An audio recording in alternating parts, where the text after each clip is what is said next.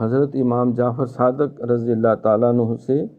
صحابہ کرام کے مشاجرات کے حوالے سے جب پوچھا گیا تو آپ نے فرمایا کہ اللہ نے ہم پہ یہ کرم کیا کہ ہمارے ہاتھوں کو ان کے خون سے محفوظ رکھا، کہ ہم ان جو اختلافات کی بنا پہ جنگ جمل، صفین یا دیگر معاملات ہوئے تو ہم اس وقت موجود نہیں تھے، تو یقیناً اگر موجود ہوتے تو کسی ایک گروہ کے تو ساتھ ہوتے، تو ہمارے ہاتھوں کو اللہ نے ان کے خون سے محفوظ رکھا، لہٰذا ہمیں اپنی زبانوں کو بھی ان کے اوپر طعن و تشنیع کے تیروں سے محفوظ رکھنا چاہیے، اور ان کے بارے میں کوئی ایسی نازیبا بات جو انسان کسی عام مسلمان کے بارے میں بھی کرتے ہوئے 100 دفعہ ڈرتا ہے اور سرکار نے منع کیا،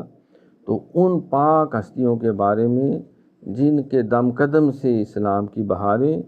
56 لاکھ مربع میل کے علاقے کو فتح کر کے وہاں اسلام کا پرچم لہرایا اور پوری دنیا کے اندر جو اسلام کے ڈنکے بجائے، تو اگر ان کے حوالے سے کوئی ایسا لو ریمارکس دیے جائیں تو سارا دین جو ہے وہ گویا کہ منہدم کرنے کے مترادف ہے۔